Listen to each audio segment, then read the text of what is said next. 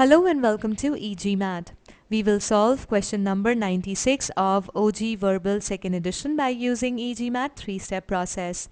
In the first step, we will understand the meaning of the sentence. In the second, we will evaluate the errors in the sentence, and finally, we will review all the answer choices to get to the correct answer. So let's begin. Floating in the waters of the equatorial Pacific, an array of buoys collects and transmits data on long-term interactions between the ocean and the atmosphere, interactions that affect global climate. This sentence presents a few facts. It says that an array of buoys floats in the waters of the equatorial Pacific. Their job is to collect and transmit data on long-term interactions between the ocean and the atmosphere. This job is important because these interactions affect the global climate. Now let us evaluate the errors by splitting this sentence into its clauses. So here comes the first clause. Floating in the waters of the equatorial Pacific, an array of buoys collects and transmits data on long-term interactions between the ocean and the atmosphere. Interactions, here an array of buoys is the subject and collects is the verb. Notice that buoys cannot be the subject in this clause because it lies in the prepositional phrase that modifies an array. Being the head of the phrase, an array will decide the number of the verb. Since an array is singular, it takes singular verbs, collects and transmits. Presence of that brings us to another clause that reads that affect global climate. Here that is the subject and affect is the verb. Now subject that stands for interactions, agrees in number as well as makes sense with the verb affect. So we do not have any subject verb error here. Also, the verb in the underlined portion affect is giving general information about interactions. Hence, use of simple present tense is also correct. So we do not have any verb tense error.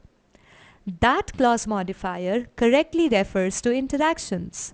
The noun plus noun modifier correctly modifies the interactions. Note that this type of modifier can modify any aspect of the preceding clause. The noun interactions in this modifier explicitly states that it describes the noun interactions in the preceding clause. So we do not have any modifier error here as well. So this sentence is correct as is. Now let us run the POE to find out why the other answer choices are incorrect. Well, choice B is incorrect because it is not clear what prepositional phrase with interactions in this choice is modifying. So that makes choice B incorrect. Choice C is incorrect because that clause now seems to refer to atmosphere that distorts the intended meaning of the sentence. The sentence now nonsensically implies that the data collected is the one on long-term interactions between the ocean and a specific kind of atmosphere, the atmosphere that affects global climate. This is certainly not the intended meaning of the sentence, and hence choice C is incorrect. Let's take a look at choice D now. This choice repeats the same that clause error as in choice C, and also since the sentence is providing general information, use of present continuous are affecting is incorrect. So these two errors make choice D incorrect. Choice E is incorrect because the function of as is unclear. Now, as has several functions such as denoting reason, presenting comparison, etc.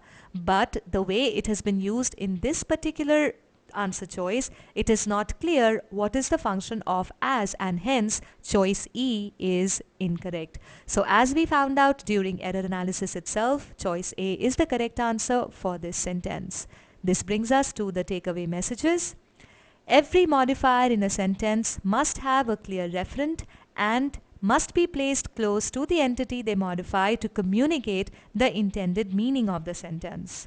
Also, when a sentence provides general information, verbs must be written in simple present or simple past tense depending upon the context of the sentence. There shouldn't be any ambiguity in the function of any word that has been used in a sentence. The concepts tested in this sentence have been covered in e-GMAT Concepts Level 1 Types of Modifiers, Level 1 Correcting Modifier Errors, Level 1 Verb Tenses 1 and 2, and Level 2 Modifiers Relative Pronouns.